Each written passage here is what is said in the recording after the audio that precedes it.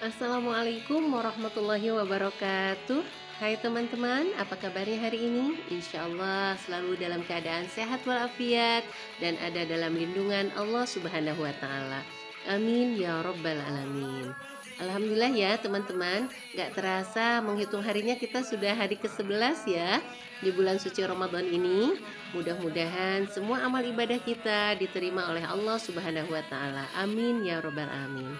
Teman-teman, pada waktu yang lalu kita sudah membahas yaitu tentang bulan Ramadan, bulan penuh ampunan. Yaitu selain dengan berpuasa di bulan Ramadan, juga dengan bertobat kepada Allah, diantaranya dengan memperbanyak istighfar. Kenapa dengan memperbanyak istighfar?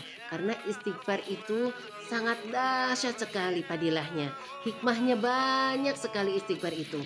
Istighfar itu mudah diucapkan dan ringan dilakukan, tetapi sangat besar sekali manfaatnya buat kita semua teman-teman. Sebagaimana ada kisah dahulu ulama tabi'in yaitu Imam Hasan al-Basri. Beliau pernah kedatangan 3 orang yang lagi kesusahan dan meminta nasihat dari beliau. Orang yang pertama datang meminta nasihat, "Wahai Imam Hasan al-Basri, saya ini udah lama berumah tangga bersama istri saya, tapi sampai saat ini saya belum dikaruniai anak. Saya harus bagaimana, wahai Imam?" Maka kata Imam Hasan al-Basri, "Maka perbanyaklah istighfar." Kemudian setelah itu datang lagi orang yang kedua dan meminta nasihat lagi kepada beliau, "Wahai Imam Hasan al-Basri, saya sudah lama menderita sakit parah sekali. Padahal saya sudah berobat kemana-mana, tetapi saya tetap aja masih sakit. Saya harus bagaimana, wahai Imam?" Maka kata Imam Hasan al-Basri, "Maka perbanyaklah istighfar." Kemudian datang lagi orang yang ketiga dan meminta nasihat lagi kepada beliau, "Wahai Imam Hasan al-Basri, saya ini sudah lama bekerja keras. Saya terus bekerja keras, tetapi kenapa saya nggak kaya-kaya seperti si Fulan yang sekarang menjadi orang kaya?" Maka kata Imam Hasan al-Basri, "Maka perbanyaklah istighfar."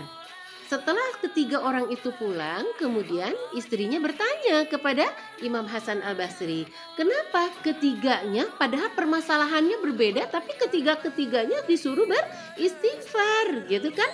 Padahal kan bisa memberikan nasihat, imam itu nasihatnya misalkan dengan memberikan modal, atau harus datang ke tabib mana, kan seperti itu ya. Atau harus berobat seperti apa gitu kan.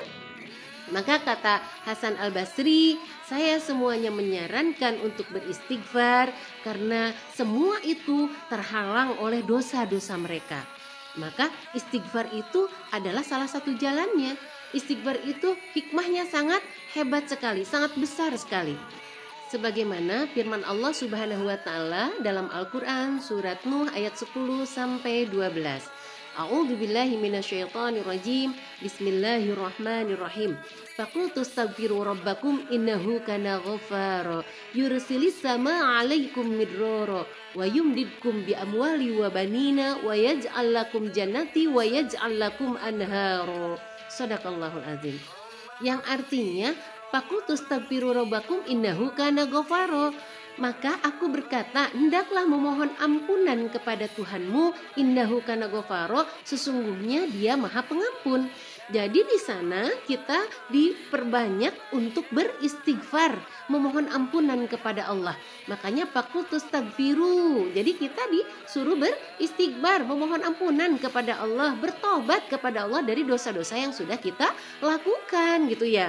Jadi ingat-ingat dulu dosa-dosa kita. Dosa kita apa ya, dosa kita itu gitu kan, seperti itu. Akui dulu dosa-dosa kitanya gitu kan.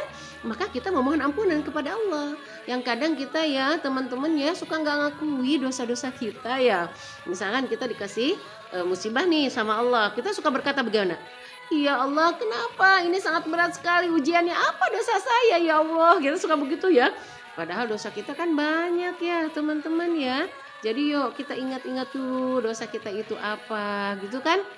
Akui dosa kita itu, kemudian memohon ampunan kepada Allah dengan beristighfar. Astagfirullahalazim, astagfirullah wa atubu ilaih gitu ya. Jadi perbanyak beristighfar kepada Allah ya, dengan hati kita memohon ampunan kepada Allah Subhanahu wa Ta'ala. Kemudian di ayat 11-nya, yursilis sama alaikum midroro. Niscaya dia akan menurunkan hujan yang lebat dari langit kepadamu. Wa yumdidkum bi amwali wa banina wa yaj'al lakum jannati wa yaj'al lakum anharo. Dan Allah memperbanyak harta dan juga anak-anakmu, dan Allah menjadikan kebun-kebun dan menjadikan sungai-sungai untukmu. Ya, jadi Allah itu sangat maha pengasih dan penyayang. Dengan kalimat istighfar aja, astagfirullah, kita memohon ampunan kepada Allah, Allah langsung menurunkan rezeki kepada kita. Ya teman-teman ya, jadi hujan itu rezeki loh dari Allah. Jadi kalau turun hujan, kita jangan banyak ngomel ya. Wah, kok hujan lagi sih? Wah, pagi-pagi kok sudah hujan lagi sih? Gitu kan ya. Hujan itu becek sih, apalagi pagi-pagi, kita sulit mau kemana-mana. Astagfirullahaladzim. Jangan ya teman-teman ya, justru hujan itu adalah rezeki. Bayangkan kalau kita tidak ada hujan. Bayangkan kalau terus kemarau sepanjang tahun, sepanjang hari, mau bagaimana kita ya. Karena kan dengan hujan itu, maka akan tumbuh gitu kan, pepohonan-pepohonan seperti dari ayat 12 tadi. Bahkan dengan hujan itu kata Allah akan memperbanyak rezeki buat kita. Betul sekali. Kan pertanian ya, padi kita gitu kan akan menjadi subur gitu kan. Pohon-pohonan tanaman kita menjadi subur, buah-buahan segala macam, kan seperti itu. Bayangkan kalau nggak ada hujan, nggak ada air, semuanya kan akan mati gitu kan.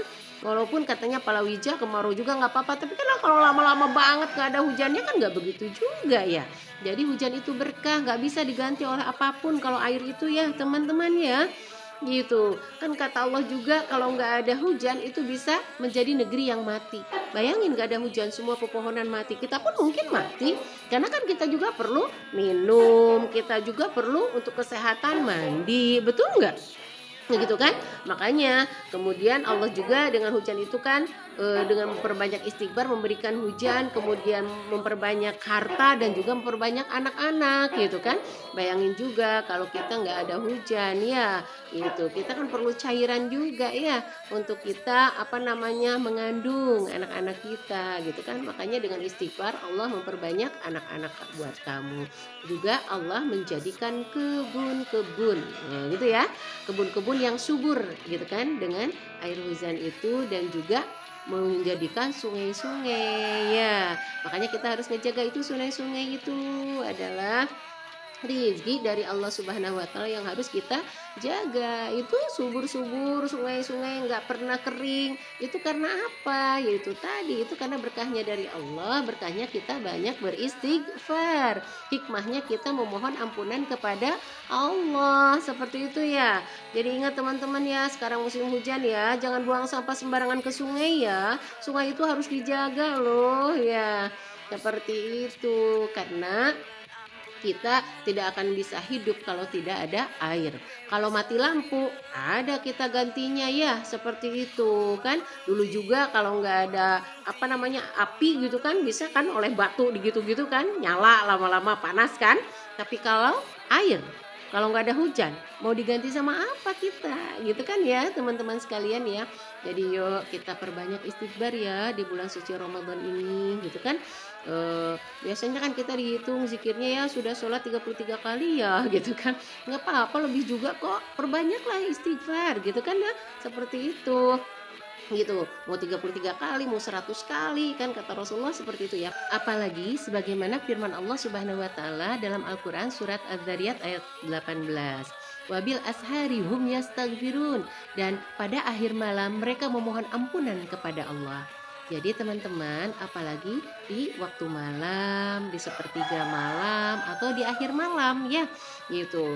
Kalau sekarang kita di akhir malam sebelum terbit fajar ya, seperti itu kita memohon ampunan kepada Allah, beristighfar terus, maka sabda Nabi Muhammad SAW, kita akan dilapangkan dari semua kesulitan, dan oleh Allah akan diberikan rizki min haitsu la yahtasib, akan diberikan rizki yang gak disangka-sangka gitu ya teman-teman ya.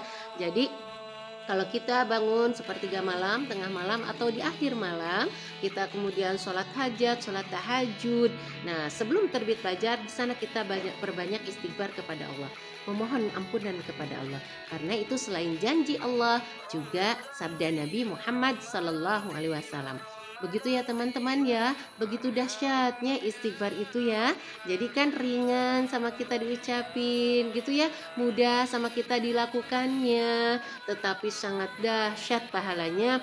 Mudah-mudahan senantiasa kita selalu memohon ampunan kepada Allah, beristighfar supaya dosa-dosa kita diampuni oleh Allah dan diberikan keberkahannya dari istighfar tadi, yaitu kita dilapangkan dari segala kesulitan dan diberikan rizki yang tidak disangka-sangka, disembuhkan dari segala macam penyakit, dan juga insya Allah kata Allah akan diberi anak yang banyak tuh ya. Bagi yang gak punya anak ya, jangan patah semangat ya. Kata Allah, yuk perbanyak istighfar, memohon ampunan kepada Allah Subhanahu wa Ta'ala. Itu yang bisa saya sampaikan. Mohon maaf atas segala kekurangan dan kehilafannya. Akhirul kalam, wabillahi taufiq wal hidayah. Wassalamualaikum warahmatullahi wabarakatuh.